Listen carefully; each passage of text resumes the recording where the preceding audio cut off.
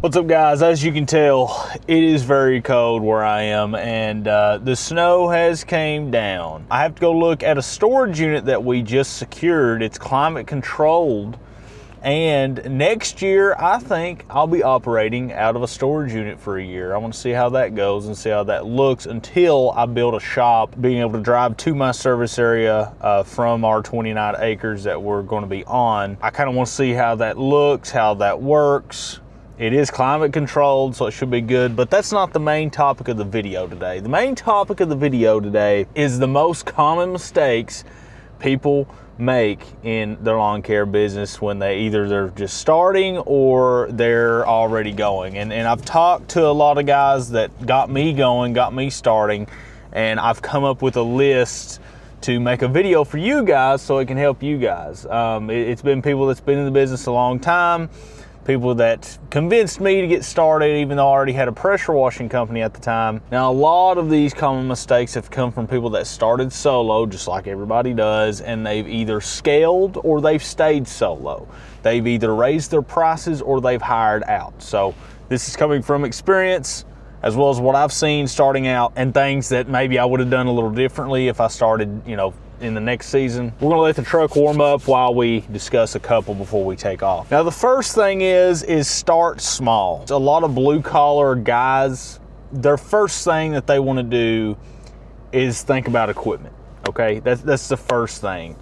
They think about equipment right out of the gate. And people will rush into things that they don't even have a client base for yet. This is specifically talking about the guy that's going to be just starting a lawn care business. Things that I would have done differently. I don't know if I would have not, because I started out with a loan, but I started out with a trailer I already had, a weed eater I already had, or well, actually I went and bought a weed eater, but I initially was going to start with a weed eater, but I had $400 put back that I could go buy an Echo trimmer. But still, if I didn't have that and I was working a 9 to 5, I would have just started with the things I had. I still have to this day been using my little BG50 leaf blower, or BS50, BG50, whatever it's called still. And that got me through the whole mowing season. I started with that. I already had that for my own home. The only thing I bought was a zero turn and a newer trimmer, which I could have started with the trimmer I had. It would just have been a headache, but I had that as a backup trimmer. The main reason why people shouldn't overbuy equipment and shouldn't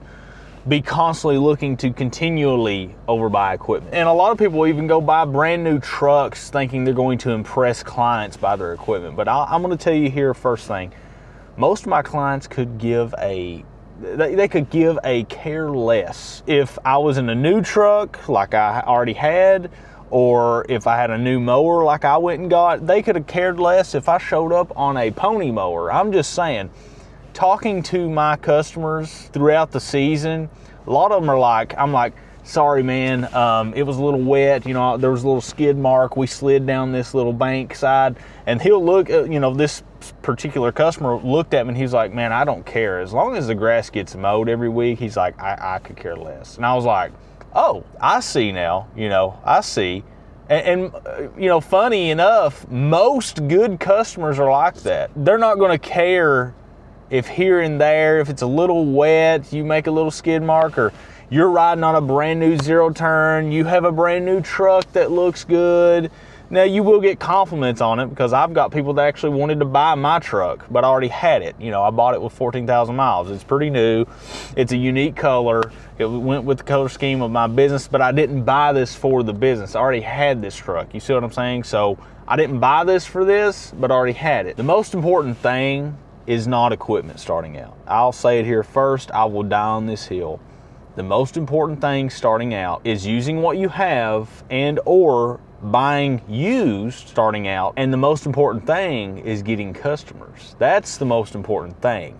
You can upgrade equipment as your revenue grows and supports you upgrading equipment. Even if you have the capital to do so, if you go buy a $10,000 mower when they're on sale right now, like in the winter, if you go buy a brand new Skag V-Ride 2 like I did, it was about $10,900 is what we gave for it. If you go do that and you don't have any other capital to go and put into marketing And, I get a lot of flack for this, but I spent, $3,200 attaining my first clientele with Facebook ads, Google ads, and door hangers and yard signs when the spring rush started this last year. That was my first year lawn mowing. But before that, I had been in pressure washing, see? So I knew that spring rush, like that's the go time. That's the time you're going to get most of your clientele. The second time you'll get the most clientele will be in the summer months when a lot of guys give up and quit and they can't take the heat. But during those, March, April, May months, you need to be getting customers. And to do that, especially when you're new, is going to take money. You don't need to be tying that up into equipment. Now, what you can do is you can go on Craigslist, Facebook Marketplace. Right now is the best time in the winter to find cheap equipment. I got that trailer back there, really good deal on it because I bought it right now in the winter. He had upgraded to an enclosed, so I got that cheaper than what I would normally have paid for it, right? So very important to get used starting out. Now, don't just buy used junk. Get good stuff, inspect it well. But again, only upgrade equipment when revenue justifies, and profit, more importantly, justifies upgrading equipment. When it makes sense to do so. When it's like, man, if I went from this used 36-inch mower and upgraded to a 52, and you can keep the 36-inch, right, the used mower. You can keep that as a backup or keep using it for those smaller backyards. But if you upgraded to the 52 once revenue justifies it, instead of going out and just splurging and getting 2 mowers, jumping into debt, getting a brand new 16-foot trailer, getting a truck, for this. You know how much money you have tied up each month in overhead already without any customers? That's just insanity. Go rent a trailer if you have to. Tractor Supply trailers, I had enough credit built up when I got in an accident. They took out my little 5x8 trailer I started out with in an accident. And Tractor Supply, if you're a member there, you get so many months free of rentals. If you didn't know that. I didn't know that. They told me that. And they said after that, to rent it for a day is $25, and you can do it for, multiple days. I think their cap is like 3 days, and then you have to take it back or whatever. They're not like a long-term rental company or whatever. But after the 3rd day, if you take it back and you get up real early, you can go get it again. It's $25 a day. That's less than 1 yard will cover for a trailer if you don't have a trailer. I didn't know that. And until I found the trailer that I found, I kept renting. I was like, well, I'm not going to go finance a trailer as the season's ending, because that's when the accident happened. So number one most common mistake is overbuying equipment and continually buying equipment. I'm going to head and go get some breakfast, and we'll continue talking about the next mistake people make. The next most common mistake, it kind of leads right into it, we touched on a little bit, is ignoring marketing and your branding of your business. The most common advice you'll hear from a lot, especially the old timers of the business. I'm talking about the guys that's been doing it since, we'll just say 2010, because my mind doesn't realize that 2025 is 2025, I guess, because I look at stuff that happened 14 years ago and I'm like, dang, that was 14 years ago, and I might be starting to get old. I don't know. I'm like, that happened 14 years ago? What? But let's just say, guys, it's been in business since the 2000s. The most common advice you'll hear them say is word of mouth. Now, I'll say this, word of mouth works. However, when you're starting out as a brand new lawn care business, nobody's going to know who you are. Not a single soul besides your family and people and friends that you let know via text and call and let them know, hey, I'm starting a lawn care business, you want me to take care of your place. Those are the only people that'll know. And yes, maybe they'll tell somebody or whatever, or they'll share that on Facebook. Hey, my son's starting a lawn care business. If you need lawn care, let us know. Yeah, maybe you'll get a couple jobs that way, but why not just, pay the cost of admission? If you think of it like a movie ticket, you pay to get in the theater, right? I want you to imagine this. You pay the cost of admission for a movie ticket to get into a movie theater. I want to frame this way for you, make it easier to understand. When you pay for marketing, aka paying for customers, you're punching that ticket, you're paying for that ticket at the front door when you start the business up to get customers. And a lot of people make the mistake of not worrying about online presence, not worrying about their Google business profile, not worrying about paying for yard signs, anything like that, any kind of ads out there. They're like, I'm not going to worry about it. And the problem with doing that is you're going to grow at the pace of a snail, I like to say. Can you wait 20 years and make $200,000+ a year?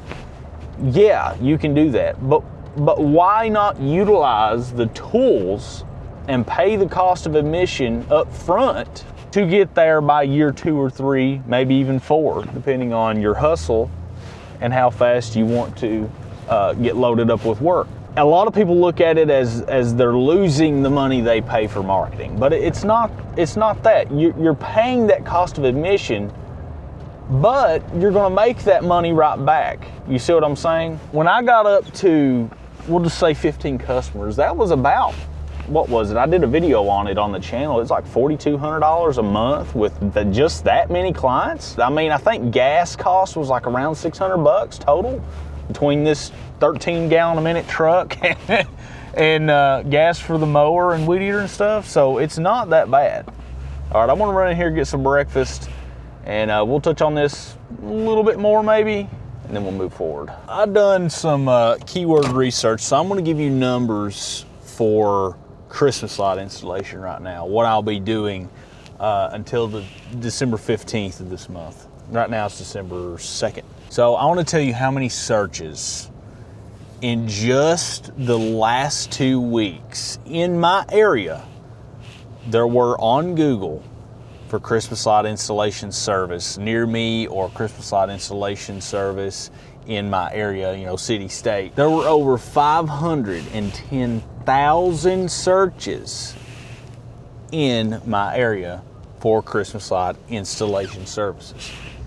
So, now I'm not saying that all of them are people looking for a quote. You know, it's probably a lot of people looking to get into this side of the business that we do in the winter. But just think about, you're missing out on 500,000 people searching for your service. And I'm gonna look it up. I'm gonna look up what, and I may do another video on this, I'm gonna look up how many people were searching for lawn care near me in my area in March and April. If I wouldn't be running Google ads right now for my marketing of Christmas lights right now, I would be missing out on 500,000 possible impressions on my business. And yes, I know this number because that's data provided by Google that you can look up on the Google keyword research tool in the ads platform. You know, you're not just spending money blindly. You target specific things that you want to spend money on. That's one aspect of marketing. A lot of people don't even have a good website. Guys, if I still have the picture, I'll throw it up now.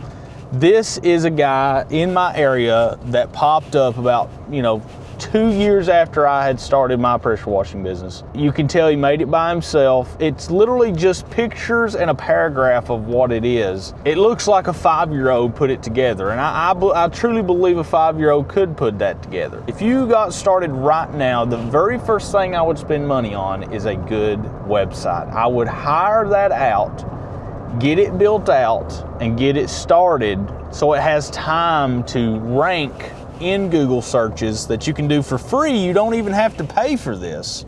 This can be another avenue to capture, in the example of right now, how many people in my area are searching for Christmas light installation, 500,000 impressions that could be organically clicking on your website if it's showing up on the first page of Google. I'll leave a link down below. First comment, the web team I used. It took them 8 months to get me ranked #1 organic SEO on the first page of Google for lawn care and landscaping, which is crazy. It took 8 months, but we're there. So next season, I shouldn't have to pay as much if I don't want to Google ads because I'm already ranking #1. People looking for lawn care in my area next year are going to be clicking my website without me having to pay for it. So that's the importance of a good website, having a good web team to build that and get everything flowing click the link down below for that to get set up right. Now, if I had to choose between spending $10K on a mower, oh, we're sliding, hang on.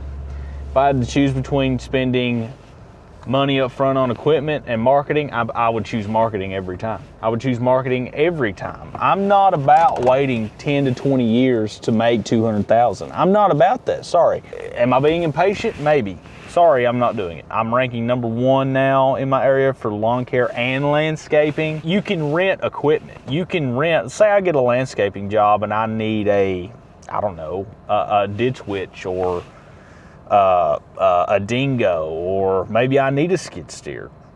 Maybe I need to go get a stump grinder. Maybe I need to rent that.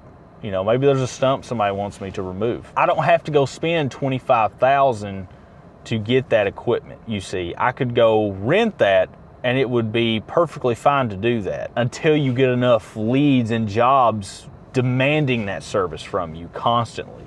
You see, that's when it's like, okay, I'm spending, you know, say $200 a day to rent this stump grinder, and I'm charging $10 an inch, $8 to $10 an inch. You know, I'm getting, let's say you start getting so many jobs a week for that, and you're making well over $1,000 a week doing that consistently. That's when you go buy the equipment. You don't buy the equipment first. That's like saying that the tree comes before the seed. That's like saying that the tree is already there. I'm looking at a tree right now. That's like saying the tree's already there. The seed, there is no seed. The tree is just there. I already have everything I need. Let's buy equipment.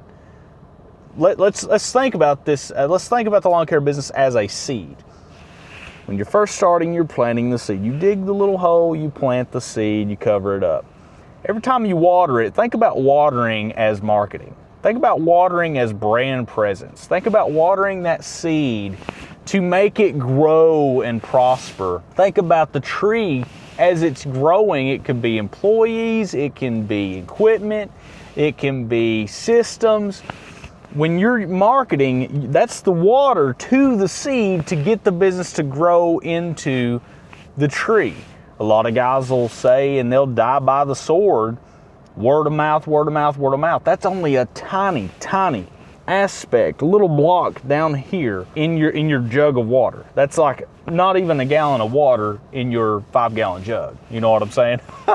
This is some crazy analogy stuff, but I'm trying to make you see what I'm talking about. Hopefully this is getting through to you. And a lot of stuff that you can do at the beginning of the business, starting a Google business profile, making a Facebook page, making next door, posting in Facebook groups, a lot of that's free marketing. You know, that's not word of mouth. That's free marketing. That's basically low-hanging fruit that you can do, and a lot of guys do that. Now, the problem with that is somebody will make a post looking for lawn care, and you'll have 300 comments underneath that with 300 dudes, licensed and insured, and also not licensed and insured, just dudes looking for beer money, competing for that job. We don't want that. You want to pay for marketing to get customers to come to you. You know, you're getting away from those cheapskates. You're setting yourself up here at this standard because you're an actual business.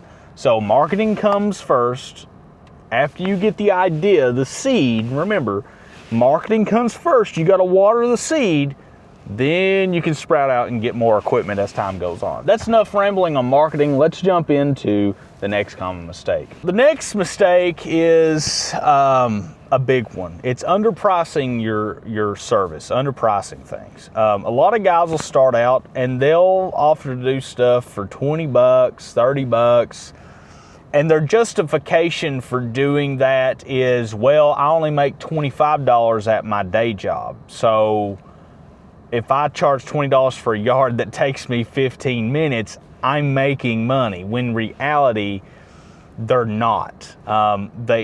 These guys that do this, they're not realizing the wear and tear on the vehicle that you're hauling stuff with, the mower upkeep, the maintenance of everything, trailer tires that'll eventually come, tires on the truck, all this stuff, equipment maintenance, gas cost. They're operating without insurance. More than likely, there's no way they can afford insurance if they're not. They're going in the hole for insurance if they are paying for it at those prices. It's just not worth underpricing your services because you think you're making money. I understand it. I understand they see the cash coming in.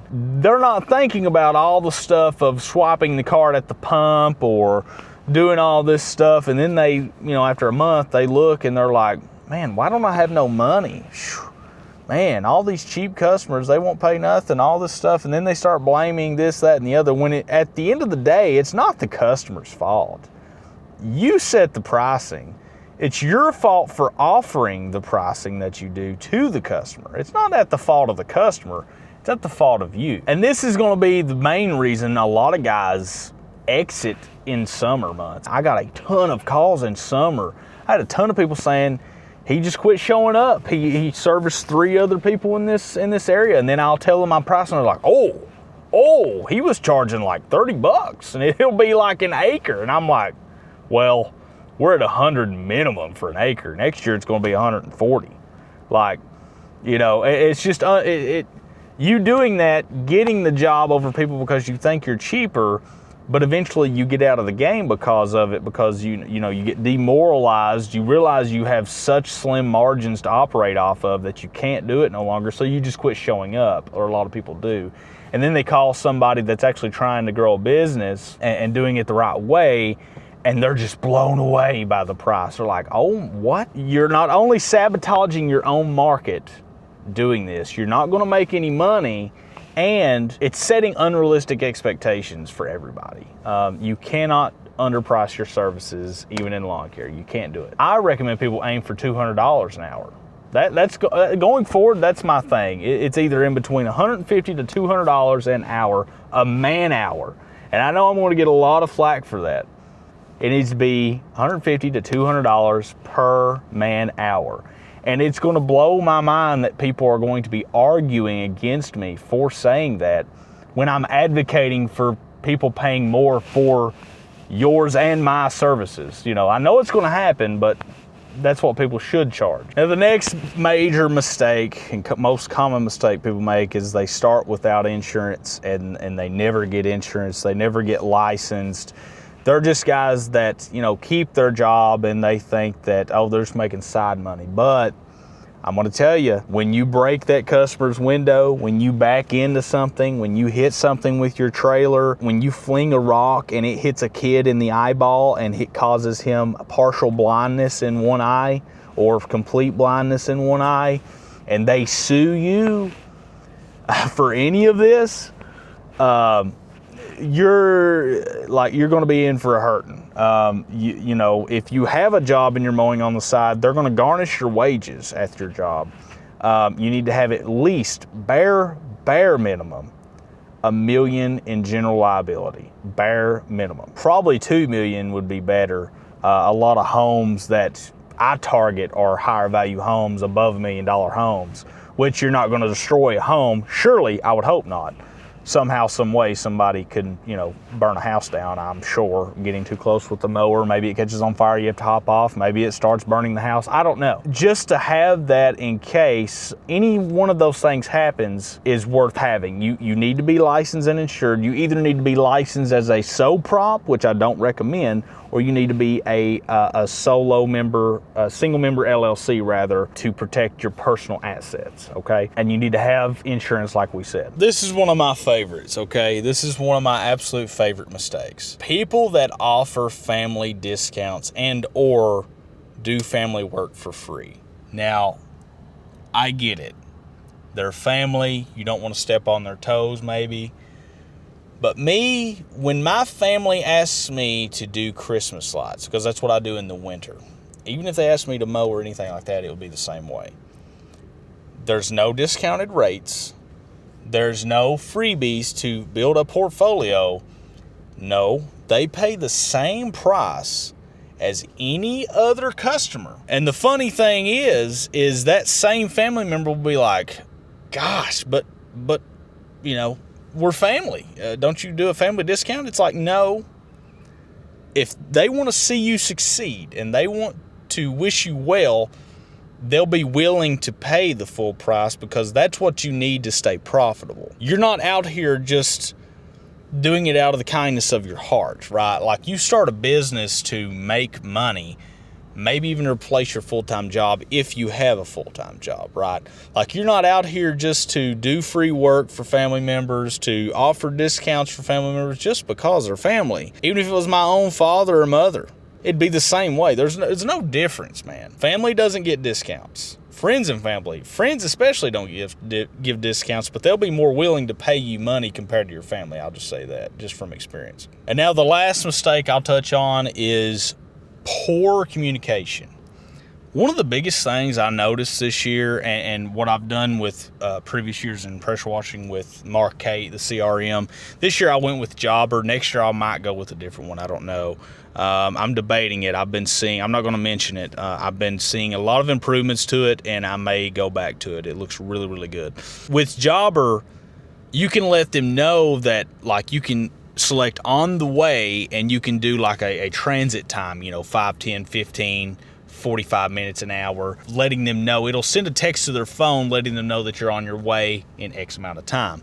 You might think that that's not necessary, but I'll tell you right now, that's got me a lot of 5-star reviews. That's got me a lot of people complimenting. They're like, at the end of the season, they were like, we appreciate you always communicating with us, what's going on. If I get rained out, I text everybody in a mass text blast. Everybody gets notified of everything going on. Mower goes down, I'll let them know. I let them know that if I can't find a rental, we'll have to wait till next week. That happened. I let everybody know every time anything's going wrong, and you can use a good CRM to do that. Definitely recommend having that. If you're not using a CRM and you're going full cash, I don't recommend that. But if you are, you need to be putting everybody in a massive text message, like a group message on your phone of all your customers. I recommend this. That way, you can, if anything goes wrong, you can let them know at the bare minimum. But the on the way text is gold, because I've done that a lot of times, and people will be like, hey, can we skip this week? So sorry, the yard is full of cars, or we've got people in the backyard building a deck or whatever. They can let me know, or can we move it to a different day and then resume our normal day next week? You see what I'm saying? That's where the on the way text comes in handy, and it's really a game changer. You might not think it's much, but it actually is. So that's going to be it, guys, for the most common mistakes most people make when either starting a lawn care business or running a lawn care business. Highly recommend getting a good quality website. Number one, when either starting this business, or if you've been in the business for years and you still don't have a website, what are you doing? What are you doing? It's 2025, less than a month away from being 2026. Everything is online. You've got people using ChatGPT to find stuff. That's a whole nother topic. It's using Reddit. I'll give you this little nugget. ChatGPT is about to open up ads for people searching for services. That's going to be a completely different avenue next year. I'm excited. It's starting to get adopted by the general populace, which is a whole big thing. Now, ChatGPT uses organic search from Reddit, if you didn't know that. It doesn't base its search results of local companies off Google, which is very odd. I came to find that out. It often sources that information from Reddit. So I don't know what to do about that. But when they open up the paid ads for local services and businesses, I'm on that like Donkey Kong, because it's going to be so cheap, because a lot of guys, they don't even market anyway, but the guys that do, they're going to be focused on Google, Facebook, and all this other stuff, which I'll still be there, but I'll be also going down this new avenue that's going to be super cheap. And I want to see and track how many people I get from that. All right, guys, I've got to grab my ladder. I got to do a bunch of stuff. I wanted to record this real quick. I had a video idea I wanted to make for you guys. I'll see you guys in the next one. Peace.